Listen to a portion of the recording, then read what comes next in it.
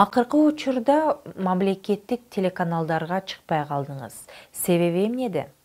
ЛТРге чыгып аткам. ЛТРден ошол мен бир азыраак сын айткан үчүн токтотулуп, бардык телеканалдардан ошол бойдон менден алынып коюлгандан азыр Азирети муфтий чыгып жүрөт.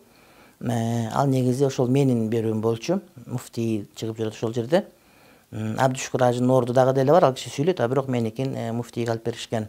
Кайсы бир себептерден улам, балким муфтий мындай бир өтө туура сөздөрдү мага караганда көбүрөөк сүйлөсө керек деп ойлойт элем. Ошондой эле биринчи радиодо дагы жума сайын 1 саат бар эле, ошону дагы ошол Орозбек Молдалиев баш болгон чиновниктер киришип, ошол токтотконго аракет кылышты.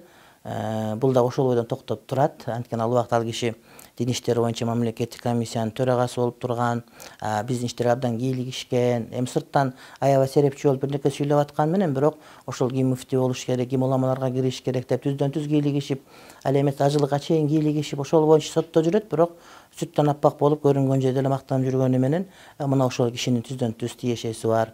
Мамлекеттик телеканал ушулар. Ал эми андан башка мисалы үчүн мамлекеттик эмес телеканалдар менен кызматташуу кадимкидей уланып турат. Мен аларга ыраазылык билдирем учурдан пайдаланып. Ошол элибиздин диний жактан агартууга, өстүрүүгө, диний маданиятын көбөйтүүгө жана элибиздин туура эмес багыттарга, секталарга кирип кетүүсүнө мына ошол мамлекеттик эмес массалык маалымат каражаттарынын салымы зор дейт элем. Ал эми КТРде дайыма ошол мындай бир негедир мындай бир батыштык көз карашты талап кылган, бизде ошол батышчыл кылып өстөрүнгө аракет кылган жетекчилер келип калабы, дайыма ошол исламга негедир салкын көз караш менен карашат. Бирок ооз жүзүндө биз каршы эмеспиз дегени менен бул мен ойлойм биздин элибизге болгон душмандык. Анткени ошол мамлекеттик телеканалдардан туура багыттагы алымдарга убакыт бербегендик бул ошол туура эмес секталарга кошулуп кетүүгө кошкон салым деп баалайт элем.